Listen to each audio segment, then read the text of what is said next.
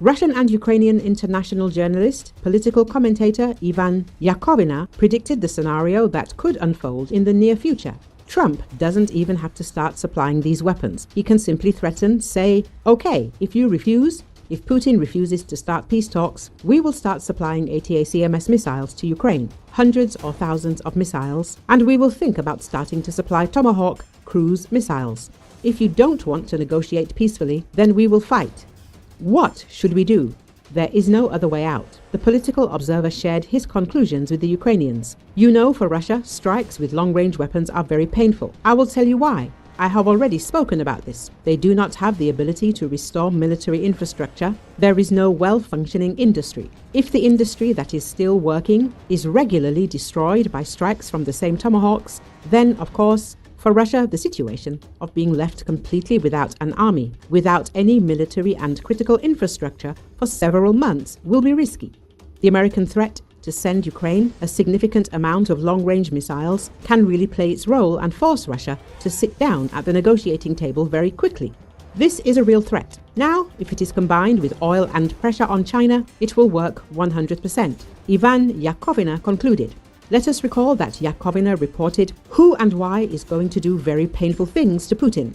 America under Trump may strengthen sanctions against Russia and deal a powerful blow to the Russian economy, Ivan Yakovina reported.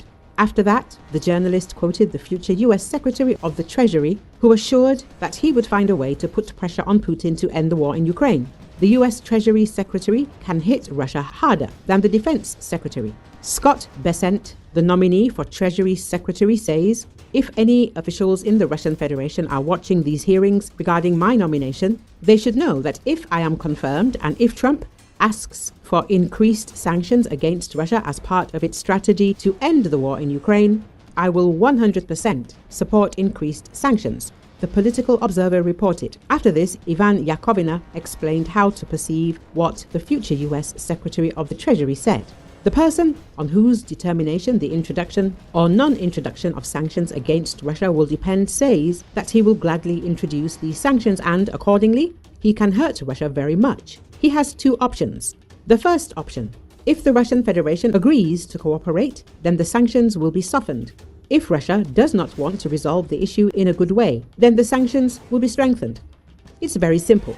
During Trump's first presidency, only minor sanctions were introduced against Russia. Now, he is ready to twist arms and achieve his goals by force, the journalist concluded.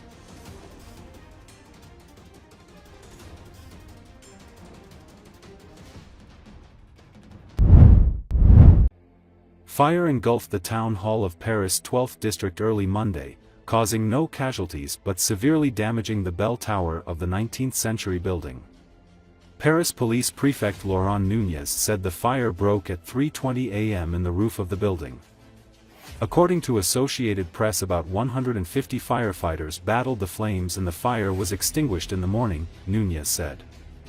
He warned there was a risk of collapse of the upper part of the bell tower. A security area has been set up around the building. An investigation will seek to determine the causes of the fire, Nunez said. Paris Mayor Anne Hidalgo praised in a statement the exceptional intervention of the Paris Fire Department and said, all public services for residents have been maintained and will be provided in the 11th District Town Hall. The 12th District Town Hall was built in 1876 with a 36-meter high bell tower on top of its main entrance.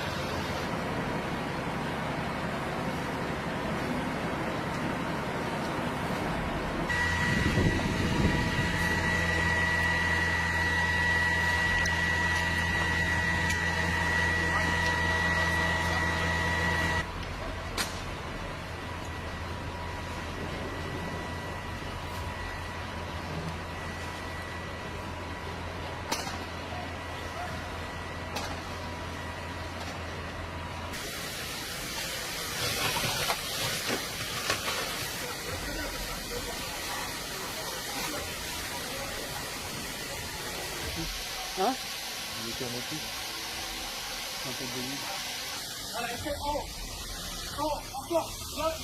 blood.